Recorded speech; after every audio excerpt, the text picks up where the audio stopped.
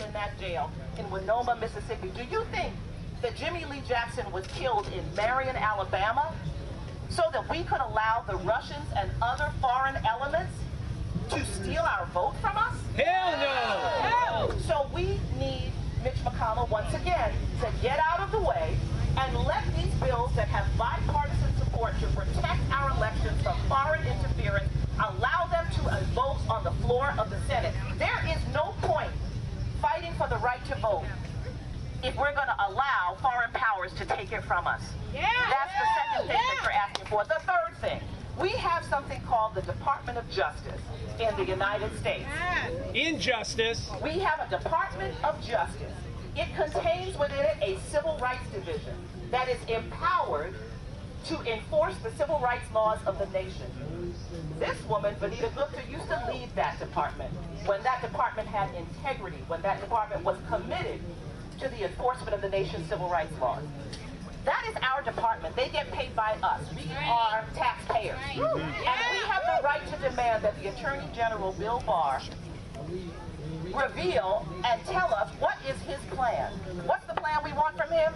We want a plan to investigate, infiltrate where necessary, and prosecute white supremacist violent organizations.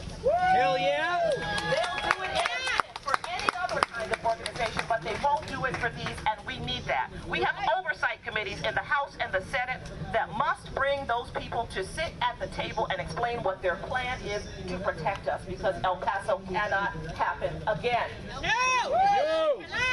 So those are 3 action items that you have. You are calling your representatives and your senators, and you are telling them what?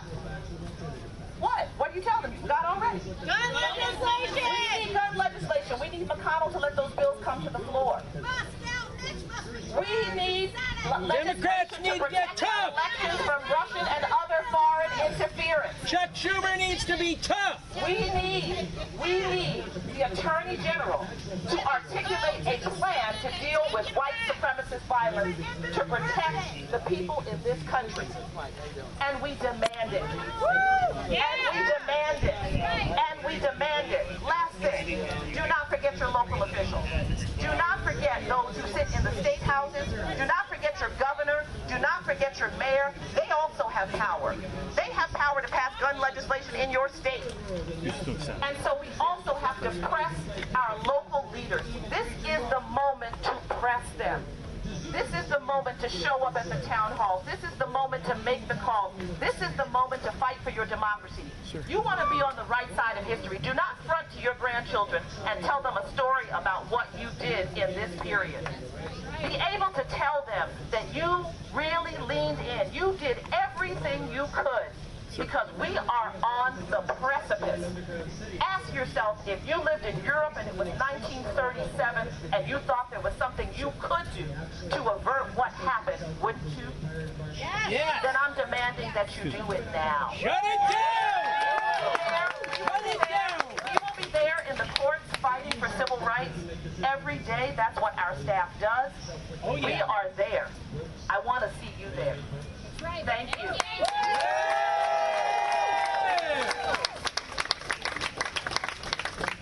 Thank you. Thank you, Shirley, for those incredibly impactful words. I want everyone to take note that the incoming second grade class is the first majority-minority generation in this country. Yeah!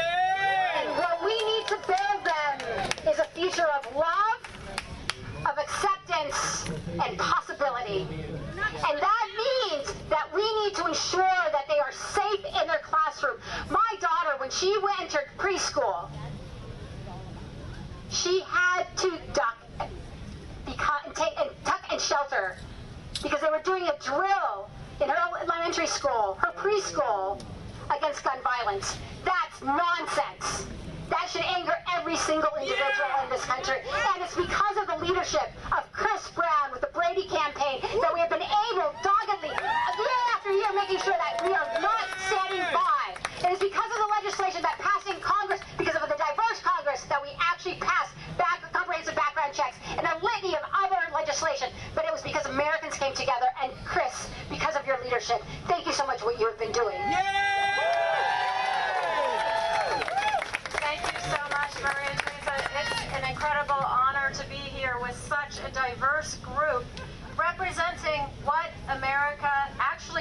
America great. Last I heard, there's a fundamental saying we have here in America. It's related to something our founding fathers thought was really important, fundamental to our democracy. It's e pluribus unum. Yeah! Out of many, one. Our diversity is what makes us great. He should get the memo. That's right. And ultimately, the issue that we face with all of the coverage from the horrific events over the last weekend is one message is loud and clear. It is about the hate and the hateful rhetoric emanating from the White House. That's right. And it's also about our lax gun laws. We That's are right. arming hate in this country. And the president takes to the airwaves yesterday, and he says it's about video games. Boo! Last I checked, there was a global market for video games. Make no mistake, we have an epidemic of gun violence in this country. We have 100 people every single day dying on the streets of America. That's the equivalent of a regional jet falling from the sky every single day. We have lost more. Enough is enough. Enough is enough. Yeah! Enough is enough. Enough is enough. Enough is enough. Enough. And ultimately, we have to understand that we have an undeclared war on American soil. We have lost more Americans to gun violence since 1970 than we have lost soldiers in all of America's wars combined. Shame. Just let that sink in for a minute. You know what's more tragic? We have the answers. Right. They are sitting right before us. Right. What are they? Well, go ask Nancy Pelosi and the Democratic majority that just passed two of the bills that will actually save lives that are sitting on Moscow Mitch's desk. Yeah! That is the bill to expand the Brady background check system because, guys, 1 in 5 guns sold today is sold with no background check at all. Boo. And while half of our states have actually enacted laws to ensure that background checks occur whatever seller of guns is making the sale, half of them haven't. That's why we need a uniform law. We also have a House-passed bill that would close the Charleston loophole. That's the loophole that allowed the killer at the AME Baptist Church in Charleston to buy his gun even though he was a prohibited purchaser. Because our rules right now say if more than 72 hours pass and a background check hasn't come back, the default is the purchaser gets it. Boo! Boo, indeed. And one more point that I think is really important, or maybe two. One is we have weapons of war on our streets. Guys, we're the only industrialized country in the world where you can go in, you can buy an assault-style weapon, and you can buy a magazine that carries 100 or more rounds, and you can get that for about $200. Shame! That's what happened in Dayton. That's what we saw happen in El Paso. And why is that? Because they're designed to kill as many people as humanly possible, as quickly as possible. They're designed for the military. They're designed for combat. They can't be used to hunt because it's unfair to the animal. We are using it to hunt, to arm, hate, and hunt our own people. We have to pass a new assault weapons ban. We have to restrict high-capacity magazines. And all of us need to remember that this is on us. Right. Ultimately, what he wants to do, what Mitch McConnell wants to do, is have apathy win. We cannot let that happen. And I know we won't because in 2018, a huge number of you registered to vote and got all of your friends and your communities to register. That is how we elected the first gun violence prevention majority in the House of Representatives in a generation. So what I want everyone to do is text emergency to 877-877. That's emergency to 877-877. You will be put through to Moscow Mitch's this. You demand that he bring the Senate back in and help me make sure that if they don't vote on these life-saving measures, they are looking for different jobs in 2020. Yeah! Close the gun show loophole! Let's be clear. This president descended down the escalator and he made this about who he was as American. He criminalized the whole people. But it wasn't just the rhetoric, it was his policies. And what I found so beautiful was at the moment that he tried to single out Muslim Americans, we flooded airports and said, not on our watch. It's not just rhetoric, it's policy, racist policy. And I welcome today, locked in arms, Veronica, Executive Director of the Muslim Advocates, for all the work that you've been doing.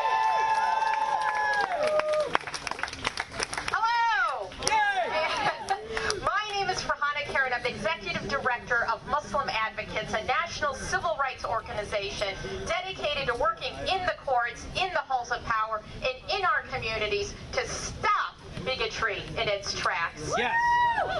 Now, some of you may not know this, but the Latino community is the fastest growing segment of the American Muslim community. Woo-hoo! The Latino community is us, and we are them. Right. Yeah. And today, more than ever, Muslims across this country are standing in solidarity with our Latino brothers and sisters. Yeah. We are here today because our hearts demand it. But we're also here today because the violence perpetrated by white nationalists and white supremacists has been tolerated for far too long. No more. Almost 5 months ago, 51 Muslims were massacred by a white nationalist in 2 mosques in Christchurch, New Zealand. And what words were used by that attacker? He called Muslims invaders. Just a couple of days ago, when another cold-blooded murderer killed 22 of our fellow Americans in El Paso, what word did he use to describe our brothers and sisters? The same exact words. Now, is this just a coincidence? No. It's not. We know where these words come from. It is our president, shamefully, along with his aides and surrogates, who have regularly called immigrants invaders. Boo. His tweets, his campaign ads, and his friends on Fox News can't seem to say it enough. His campaign has even run more than 2,000 ads on Facebook calling immigrants invaders, or calling this an invasion. But what does the president do? He blames video games, people with mental health disabilities, and anyone other than himself for the actions that he alone has inspired. Yesterday, he called on all Americans to reject bigotry. But you know the question that's on the mind of most Americans? When will he reject racism and That's bigotry? right. Yeah. It's not surprising, right? This is a president who ran on a campaign of demonizing Muslims, Latinos, and other immigrants. In his inaugural address to our nation, he painted a dark, dark future for our country. He even called it American carnage. And he has called African Americans and where they live disgusting, rat and rodent infested mess. He says that Congresswomen of color hate America and should go back to where they come from. The president must stop. He must stop with this racist and dehumanizing rhetoric. That's right. Yeah. But we also need others to do more. The Justice Department and the FBI need to step up and meet the urgency of today.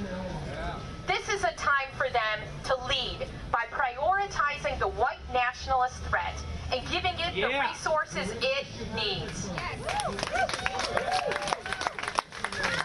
We all know the reality, especially for American Muslims. The reality is that if this was an ISIS or Al-Qaeda threat, and there was somebody who had killed 3 people in Gilroy, and then 6 days later, 22 in El Paso, Texas, we would have already seen decisive action by the DOJ and by the FBI. 4chan and 8chan would have been shut down long ago.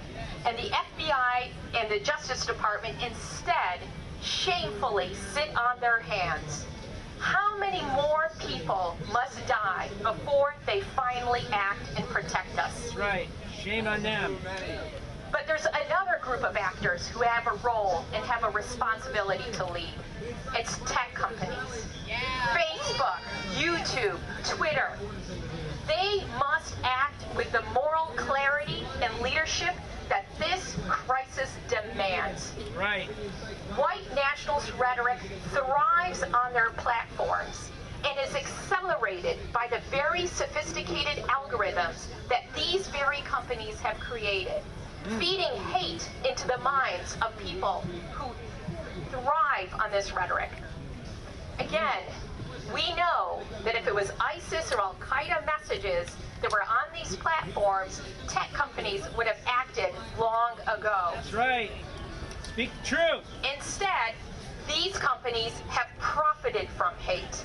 It's not just the Trump campaign pumping millions of dollars into companies like Facebook, but even Amazon is helping 8chan profit to be able to fundraise off of their platform. So it's a national disgrace that we have the president, the Republican Party, right-wing media, and even tech companies who've encouraged or tolerated white nationalist threat for too long. That's right. I want to lead you with this. You've heard a lot of action items from us so far. I want to lead you with one more.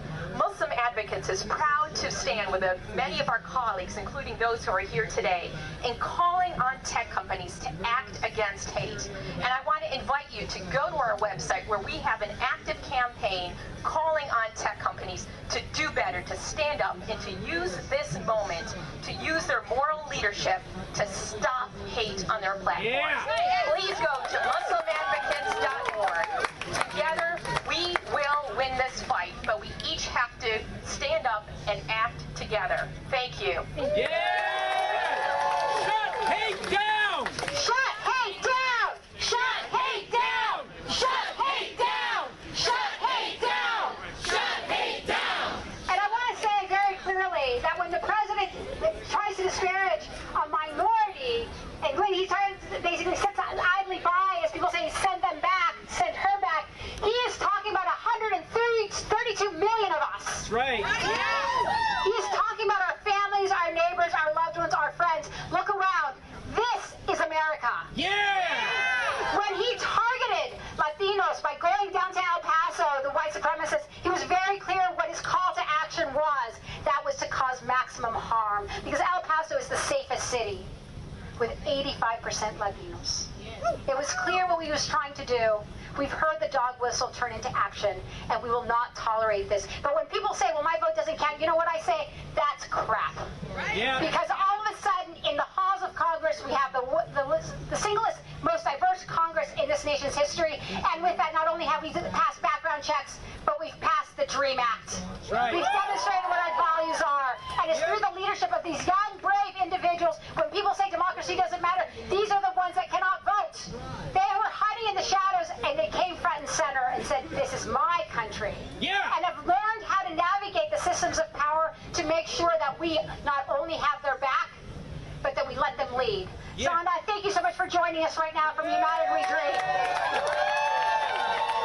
Somos juntos, somos más. Good afternoon, everyone. My name is Sana Abrar, and I represent United We Dream, the nation's largest immigrant youth-led network. But I want to be clear, I don't only represent United We Dream. I represent the little girl who in 7th grade was told to go back to her country. I represent the sisters in Congress who have been shamed, who have been attacked, who have been racially profiled, who have been sent death threats time and time again because they are brave enough to open their mouths and speak the truth. Right. And I represent the many generations in this country who are committed to fighting for freedom and making America better. I represent immigrant youth and their families from all across the country.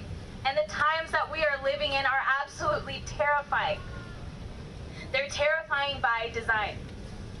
After the El Paso massacre, there were undocumented immigrants who were too afraid to get medical attention for fear of having ICE called on them. Shame on us. We have seen and lived and witnessed the cases of individuals being attacked and dragged out of hospitals by ICE and Border Patrol agents. Shut down ICE! There were individuals who were too afraid to go out and find their loved ones, individuals who may have been attacked just because they don't have papers and they're considered less than in this country. This is their heartbreaking reality, and we send our love and support to these families who are living unbearable pain right now, not only in El Paso, but across the country in cities and rural communities all across that have been targeted by raids, by attacks, and the disappearances of our community members. This whole reality is by design. Our government has emboldened and empowered ICE and Border Patrol to detain, to deport, and to kill. No more. Our government has also emboldened a man who drove 9 hours with a mission to kill Latinos and immigrants. Our government is amplifying centuries-old white supremacist ideology. They're using language that demonizes immigrants and people of color, and people are becoming radicalized, but the government is refusing to stop it and take action. Who is paying the price? Our communities. We're paying the price for the government's inaction to end gun violence and address deep racial inequality. Immigrants, black, brown, indigenous, Jewish, Muslim, Sikh, queer, students, and low-income communities everywhere are suffering the consequences. We cannot allow this to continue. No more thoughts and prayers. We need change when? Now! Every member of Congress, whether Republican or Democrat, must commit to consider legislation that confronts the epidemic of gun violence. Now! In this moment of pain and fear, we demand bold leadership. No more status quo. We're about going forward. We're about taking 10, 20, billions of steps forward rather than returning to any kind of status quo on any issue, whether that is gun violence prevention or immigration. Yeah! Now! In this moment of pain and fear, we demand bold leadership in all levels of government that brings justice for our communities that find themselves at the deadly crosshairs of white nationalism and gun violence. Immigrant youth of United We Dream will continue to unapologetically organize and mobilize our communities. We know that the power to resist is inside each of us, and the power to win is in our solidarity, the kind of solidarity that you see here today, right in front of that house. Yeah! We recommit ourselves to one another, and we recommit to dream beyond this moment, because we know that the only way that our communities can live and thrive is to live unafraid of deportation and unafraid of gun violence. Yeah! We will all fight together, collectively, as a community with love and determination to realize that future. Thank you. Yeah!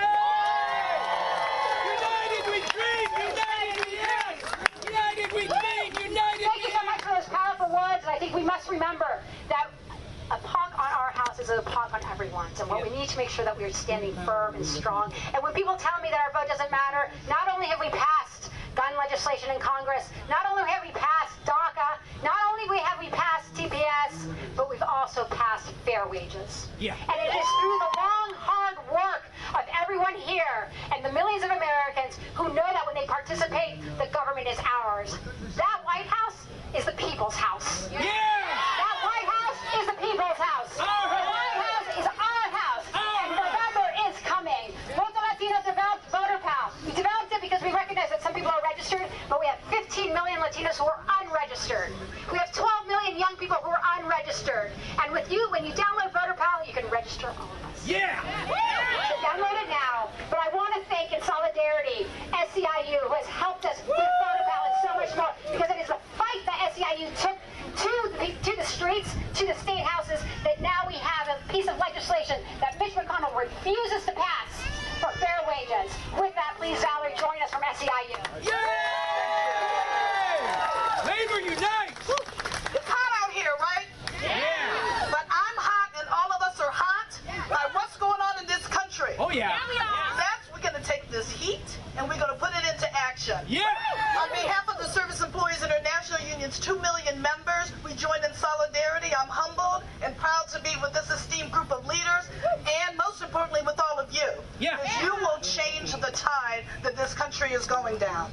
In Gilroy, California, an SEIU 5-to-1 member was injured and her 6-year-old son was killed. Boo. Her mother, a retired SEIU and 5-to-1 member, was also injured. In El Paso, Texas, our members in Texas work at Del Sol Medical Center and University Medical Center and are doing everything they can to care for their community. Our members in 1199 Ohio, throughout the state, including Dayton, are suffering with the trauma that these attacks cause. This is more than just an analytical or philosophical debate. People are in pain. And we shouldn't have to be getting grief counselors to go into local union offices or into communities. We should be about stopping that man and his hateful allies from doing the things they're doing to this country. Their fear and division, President Trump's fear and division, are spreading hateful talk and policies that fuel violence, plain and simple. That's where it stops. It stops here and it stops now. Not one more. Not one more. Not one more. Not one more. Not one more. Once again, Senator McConnell refuses to govern, blocking Senate action even in the midst of this national crisis. The House already took bipartisan action. Let's give credit where credit is due. Yeah. We have a long way to go, but Mitch McConnell is blocking the legislation that he should be moving. He needs to get out of the way. Yeah, get out the way, Mitch. This is a moment of moral crisis for this country. This legislation is just the beginning of tackling gun violence and white supremacist violence. But we need to stand together and demand the change that's necessary. If we don't, we will have, like a friend told me, and it'll be continuing instances. A friend was saying that they wanted to take their 7-year-old to get school clothes. This 7-year-old said, I'm afraid to go school shopping. Can we just order it online? Whoa. That's not the country we want. That's not the country I want for my grandchildren. That's not the country we deserve, and that's not the country that our ancestors fought for. So let's go into action. No retreat, no backing down. Enough is enough. Thank you. Enough is enough. Thank you, Valerie. Enough is enough. The next person I want to introduce is one of my Wonder Women, who whenever I call for counsel or direction or ideas, not only does she come through, but she has been an incredible fighter across the country for every possible issue. You have such strength, Michelle. But the fact that she represents teachers, that when you have a Parkland killing, their solution is to arm them, that's not okay. Teachers need to teach. They need to make sure they feel safe, and then they make sure that they're preparing the next generation of excellence. So, Michelle Ringett, thank you so much for joining us for Thank you so much. Thank you, everyone. I am Michelle Ringett. I am with the American Federation of Teachers, and I am here today on behalf of Randy Weingarten and our 1.7 million members who are teachers. We are guidance counselors. We are the school personnel your kids go to when they need comfort. But we are also nurses, we are healthcare professionals, and we are also public servants. And all of us from throughout our union, their families and their communities have had enough of what's going on. Thank you. We have bandaged kids. We have comforted them in their terror. We have treated families and tried to comfort them when they've lost loved ones in our hospitals. There is too much happening. We've been shot at, we've tried to protect children, and we have lost too many children, too many family members, too many human beings in this country because of our unwillingness to address our lax gun laws and to recognize the hate that's fueling it. I have a different message here today because I think we stand with locked arms with all our sisters and brothers here. I'm from the labor movement. You are all my sisters and brothers. Yeah. And we are now dealing with the fact that the fish rots at the head. And you know what fish I'm talking about, right? This decay is trickling down into our schools to the youngest among us, and we have seen an uptick in bullying. We have seen racism unleashed in our schools. We have seen children chanting, build the wall, or send them back. And this is a culture we cannot tolerate, and we must unite and move against right now. We need to fight for our democracy. We need to fight for the values that this country was founded upon and make them realize to the extent they never have been for too many people before. So I say on behalf of AFT and everyone here, like, we are down to win this. And we will win this. So Thank you all for turning out in this heat, and I encourage all of you to make this a starting point of renewed commitment so that we own and move this democracy forward so that everyone feels that they have a place within it. Thank you. I believe that we will win. I believe that we will win. I believe that we will win. So, I believe that we will win. I can tell you what cowardly leadership looks like. It is caging innocent children. Yeah. It is blaming the most vulnerable through the immigrant community. And it is trying to obfuscate and try to create real solutions of law legislation against guns. True that. When they try to plane it on the arms and the shoulders of the mental health community. That is unacceptable, that is cowardly, that is weak, and that deflects the real terror in this country, which is white supremacy. Yeah! That puts every single person in danger. If you think that it is not, again, the fact that they went to the safest city in the nation and massacred Latinos, it was sending a message that none of us is safe. And during this time, it is important that we talk about the real issues that this president is causing. He's causing us pain, he's causing us division, but he's also causing us incredible unity. Because we are speaking truth to power, we are elevating what needs to be addressed, and we are talking and calling out a spade. This is not about video games. This is not about mental illness. This is about a government and a president who is inciting hate to divide us so that he can basically wreak fear. And we're not going to let him win re-election with that. And with that, I want to welcome Jennifer Mathis, the Director of Policy and Legal Advocacy, Beslan Center for Mental Health Law. Thank you so much for being with us. Thank you. Thank you so much. My name is Jennifer Mathis. I'm at the Beslan Center for Mental Health Law. We represent people with mental health disabilities all around the country. And I am here to tell you, from a disability rights perspective, that it is time to move away from the usual efforts to deflect attention away from the real issues we face, from racism, bigotry, and hatred, and away from real gun violence prevention by falsely blaming people with mental health disabilities for all gun violence. We heard from the president that it was mental illness that pulled the trigger, not the guns. We heard him talk about mentally ill monsters and about involuntarily confining people with mental illness. But these shootings were not about mental illness. Hate is not a mental illness. Scapegoating and demonizing people with psychiatric disabilities not only distracts from serious efforts to address gun violence and hatred, it also inflicts serious harm on people with mental health disabilities. The relentless repetition of the false idea that if someone has done something so terrible that it's hard to conceive of, that they must be mentally ill, that has become so common that it has infected our societal and our political consciousness. But it is wrong. It is unfounded. Less than 5% of gun violence is committed by people with mental illness, and in fact, people with mental illness are far more likely to be the victims of violence than to be the perpetrators.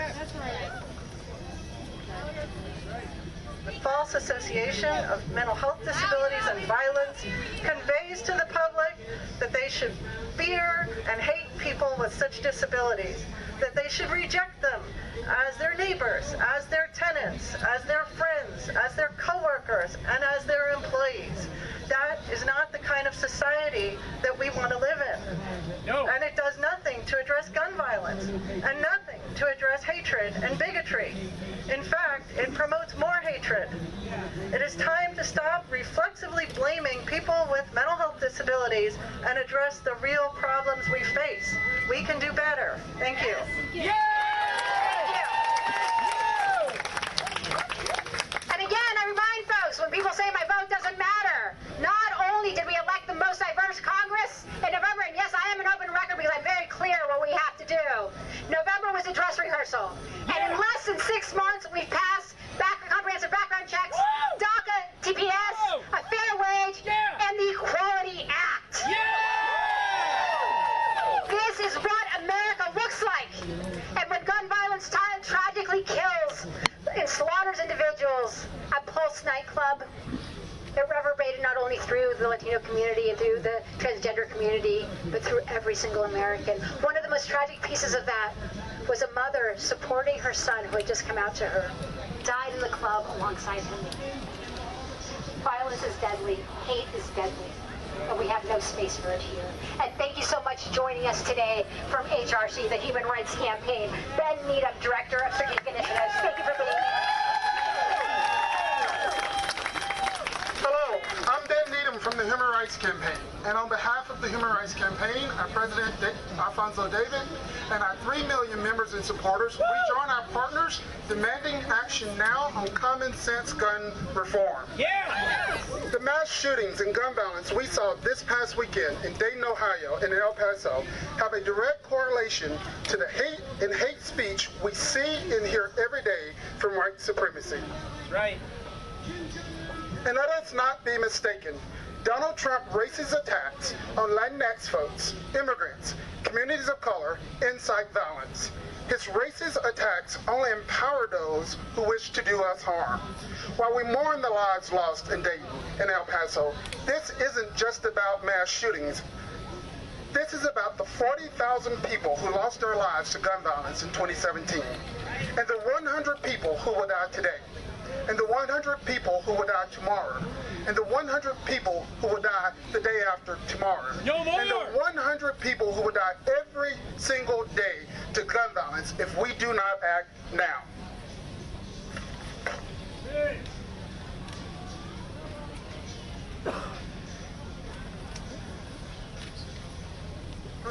Got lost here.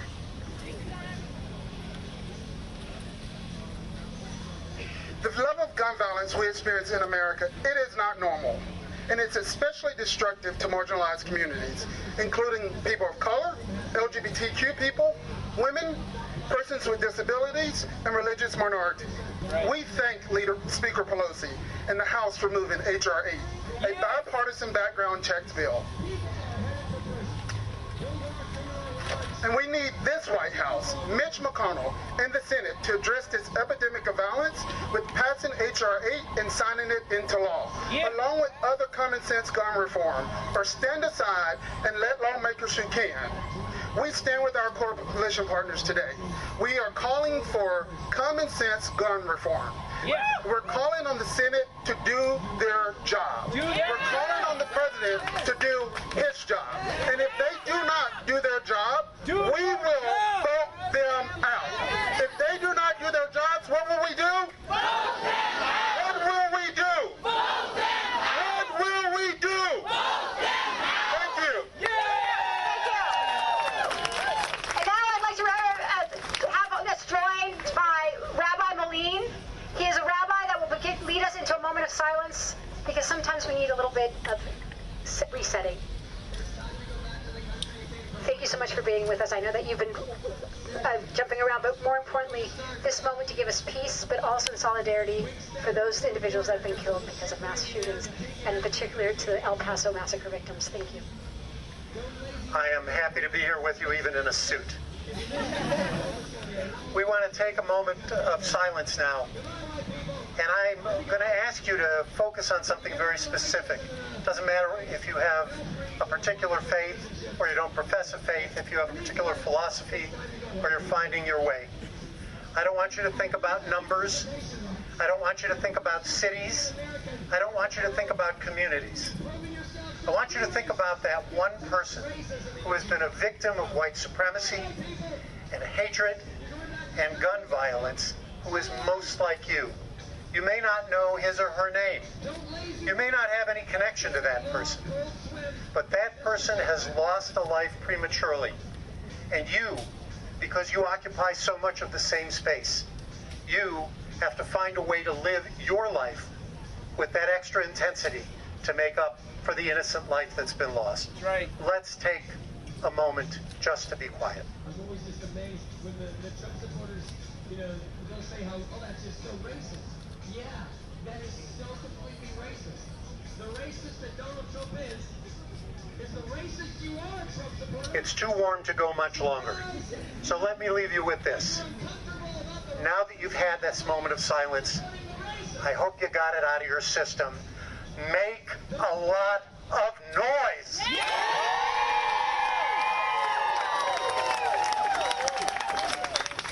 I want to thank everyone for joining us and gathering us now. The idea was to channel our anger, but also to be in unity.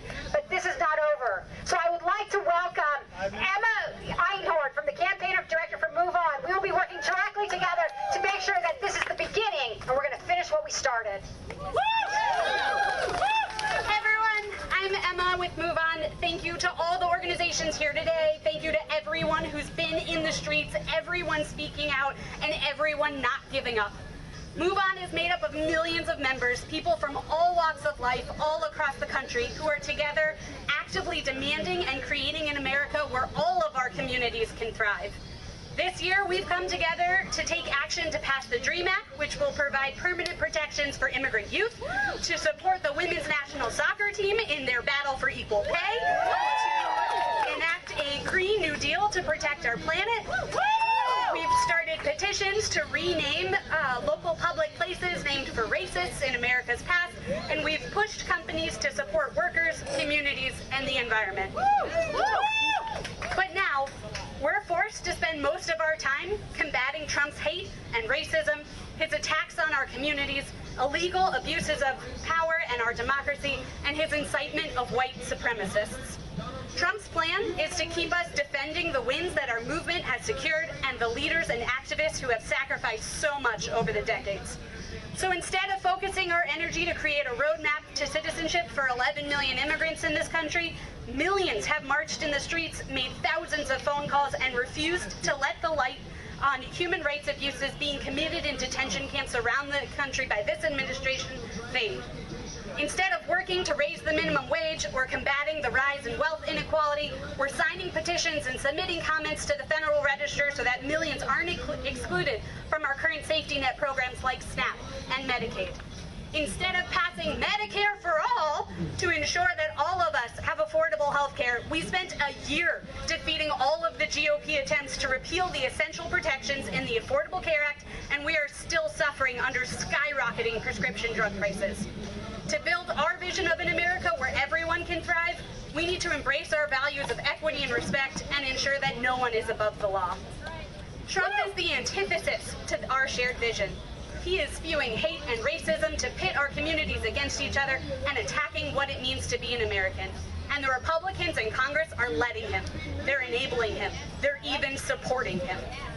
The murderer in El Paso who took 22 lives, injured more than 24 more, and changed the lives of countless others this weekend took Trump's hate to its natural endpoint, violence against immigrants.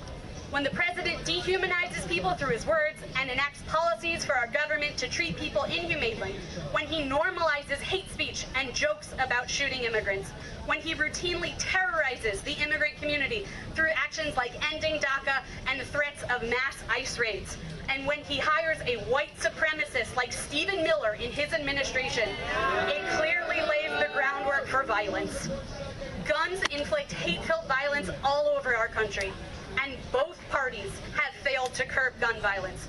Both parties have been in power over the last 20 years after mass shootings from Columbine to Virginia Tech to Sandy Hook to Pulse nightclub to El Paso to Dayton. And yet Congress has failed to enact common sense reforms like mandatory background checks and banning assault rifles. Enough is enough. Enough is enough. Enough with the attacks on immigrants. Enough with gun violence. Enough with white supremacy in the halls of power. Enough with a Senate that refuses to act and a White House that fans the flames of hate and violence. Together, we can reject and disarm hate. And now I've got 6 ways you can do this. All of them are listed at moveon.org/enough. Again, that's moveon.org/enough. The first, text enough to 668366 to denounce white supremacist violence and demand action on curbing guns. Again, that's enough to 668366. Second, call your senator at 833-487-4445. 833-487-4445 and demand they pass HR8, a gun violence reform package passed by the House earlier this year. Anyone like me live in D.C. and not have a senator? Yeah. Call McConnell. Tell him to bring the bill up for a vote. Third, attend an El Paso Vigil this